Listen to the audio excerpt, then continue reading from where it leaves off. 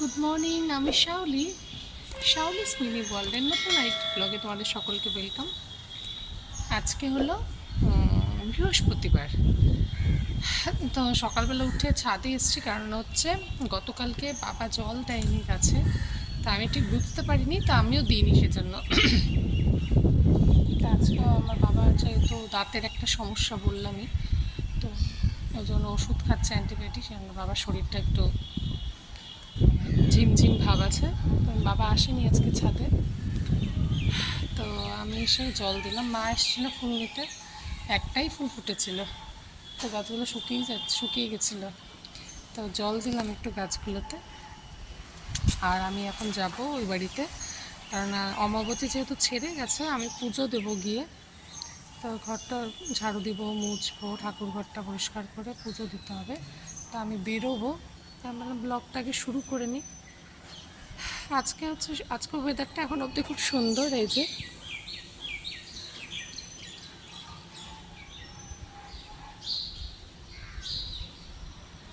এখন অবধি খুব সুন্দর ওয়েদার। জানি না পরে রোদ্দুর উঠলে হয়তো উঠবে, না উঠলেই ভালো, এরকম থাকলেই ভালো। তো চলো আজকের ব্লগটা এখান থেকে শুরু করছি। আস্তে আস্তে দেখতে থাকো, সঙ্গে থেকো, ভালো লাগবে আশা করি। তো দেখো চলে এসছি এই বাড়িতে। এসে আগে চেঞ্জ করে নিলাম, কারণ এখন তো কাজ করতে হবে।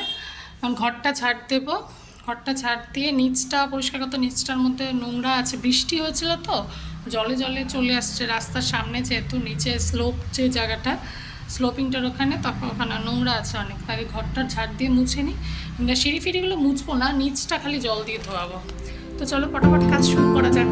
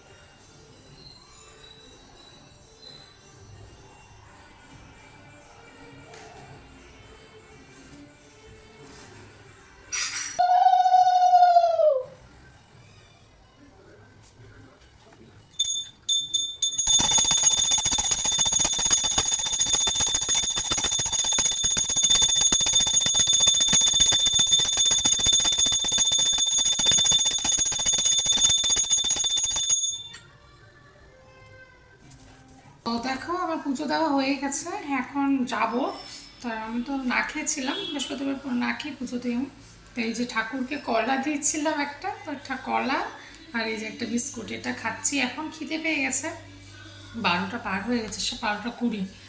তো এটা খেয়ে দিয়ে সব কিছু বন্ধ করে এবার ফাইনালি যাব। তো চলো ভালো করে বন্ধ টন্ধ করে নিই, তারপরে যাবো। এখন আবার রোদ উঠে গেছে বাইরে খুব, আসার সময় তো ভালোই এসছে। তো চলো করে নিই কাজ। তো দেখো আমি বাড়িতে চলে আসলাম, এক্ষুনি আসলাম। বাইরে খুব রোদ, আবার বৃষ্টিও পেয়েছি একটু। হ্যাঁ, তা বৃষ্টি ঝিরঝির করে পড়ছিল। তা আমি এক জায়গায় একটু দাঁড়ালাম এই 2-3 মিনিট, তারপরে দেখলাম যে না দাঁড়ালে হবে না, চলেই আসছি, কাছাকাছি যখন তখন চলে যাই। তো চলে তারপরে দেখি আবার রোদ্দুও পেলাম আসার পথে। তো যাই হোক, ভিজিনি। তো একটা দারুণ জিনিস পেয়েছি। তো আমি এতদিন ফোনেই ফেসবুকে সবার কাছে দেখছিলাম, কিন্তু আমি তো ভাবছিলাম হয়তো কেউ তারা ওখানে যাচ্ছে বা কোনোভাবে পাচ্ছে, যাই হোক। তো জিনিসটা হচ্ছে যে এটা দেখো, এই যে জানি না এটা ছবিটা উল্টো আসছে কিনা, এটা কিন্তু দীঘার যে জগন্নাথ মন্দিরের প্রসাদ। এটা আমি কয়েকদিন ফেসবুকে দেখছিলাম, সবাই পোস্ট করছিল যে তারাও পেয়েছে। তা আমি যে কোনোভাবে পাবো সেটা তো আমি জানতাম না বা কী। তা কী করে পেলাম, এটা হচ্ছে আমার যেখানে রেশন দোকান, যেখান থেকে রেশনটা তোলা হয়, সেখানকার যে উনি যে রেশন দোকানের যে এখন ইসে করছে, মানে যারা এখন ওই দায়িত্বে আছে, ও তো চেঞ্জ হতে থাকে, এখন আমাদের পাশেরই ওরা ডিল করছে। তো ওই বৌদি আমাকে এসে ডাকছে। তো আমার যেহেতু গেট খোলা দেখেছে ওই জন্য ডেকেছে। তো আমি বললাম কি হয়েছে, বলছে প্রসাদ নিয়ে যাও। তো জগন্নাথের প্রসাদ, আমি ভাবছি হয়তো তাহলে ভাবছি পূজা তো কালকে, কী করে প্রসাদ। যাই হোক আমি গেলাম, রেশন কার্ড দেখালাম, তখন দেখছি এই প্যাকেটটা দেখে তো আমি চিনে গেছি। তখন জিজ্ঞেস করলাম এটা কি দীঘার, বললো যে হ্যাঁ। তখন এই যে এটা দিলাম, রেশন কার্ডটা দেখাতে হলো। তো এটা পেলাম, আমি তো খুব খুশি পেয়ে, কারণ আমি ভাবিনি, কারণ মানে কোনভাবে পেলাম এটা তো পাওয়ার কথা ছিল না। তো যাই হোক ঠাকুরের আশীর্বাদে, ঠাকুরের ইচ্ছায় আর কি বলতে পারো, পেলাম আমার হাতে। এখনও আমি খুলিনি প্যাকেট। হ্যাঁ, ভাগ্যে ছিল ঠাকুরের প্রসাদ পাবো। এখনও তো যেতে পারিনি দীঘাতে, পুরীতে তো গেছি, ওখানকার প্রসাদও পেয়েছি। তা দীঘাতে অবশ্যই যাব, আমাদের খুব ইচ্ছা। দেখা যাক কবে কি যেতে পারি। তো এখন দেখি ভেতরে কি আছে।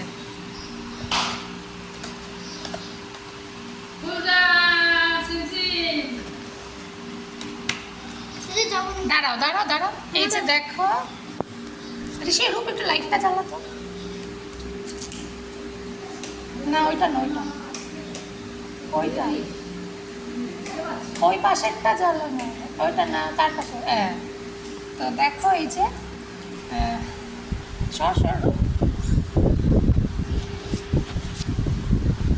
এই যে দেখো, এই যে এটা একটা ফটো দিয়েছে, এই যে হ্যাঁ, নম করো, নম করো।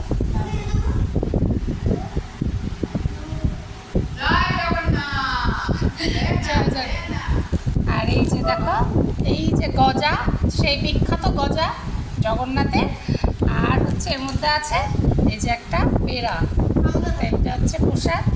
তো এটা পেলাম, মানে আমি তো ভাবিনি যে পাবো এটা। যাই হোক, এটা হচ্ছে মানে হঠাৎ করে মানে কিছু পেলে যেটা পাওয়ার কথা না কোনোভাবে কোনো দিকতে। তো দীঘাতে যাওয়ার, আর দাঁড়াও এইদিকে আসুক ও আগে,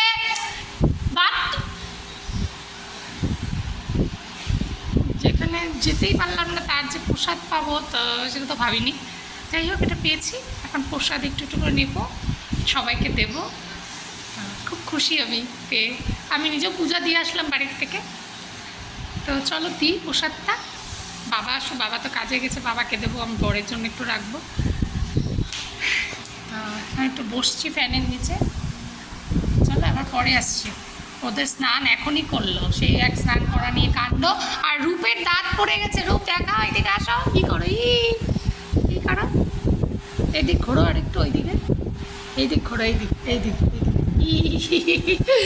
ওটা পড়ে গেছে, রূপের নতুন ফার্স্ট দাঁত পড়লো। এটা পড়ার কথা ছিল না, দাঁতটা কিন্তু খুবই শক্ত।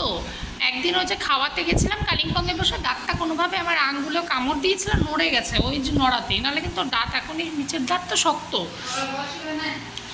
তো পড়ে গেল। দেখ চলো আবার পরে আসছি। তো দেখো এখন হচ্ছে রেডি হয়েছি, এখন একটু বেরোবো, এক জায়গায় যাবো। কোথায় যাচ্ছি? হ্যাঁ, একজনের বাড়িতে যাচ্ছি। তো চলো যাই আগে, তারপরে তোমাদেরকে দেখাবো। আমি যাচ্ছি, আমি 2 ছেলেকে নিয়ে যাচ্ছি। তো চলো যাই। তো দেখো আমি অনেকক্ষণ সেই বিকেল বিকেল থাকতে এখানে চলে এসেছি, দেখালাম। তো এসছি হলো একজনের বাড়িতে, আমাদের খুব কাছের একজনের বাড়িতে, কিন্তু সে বলছে তাকে দেখাতে না। তো এটা হচ্ছে তার দোকান, এই যে এক ঝলক দেখা, সে বলছে তাকে দেখাতে না। তার মাথায় তেল ঠেল আছে, বলছে আমি এখন এখন দেখাবে না, যখন ভালোভাবে থাকবো সেজে বুঝে তখন দেখাবো, যেটা সত্যি সেটাই বললাম।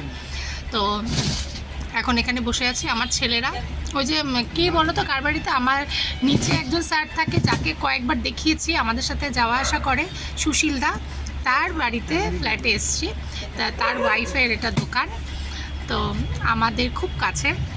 তো সে তো এখন ওখানে থাকে না, তাই দৌড়ে দৌড়ে আমাদেরকে আসতে হয় তার সাথে দেখা করতে। তো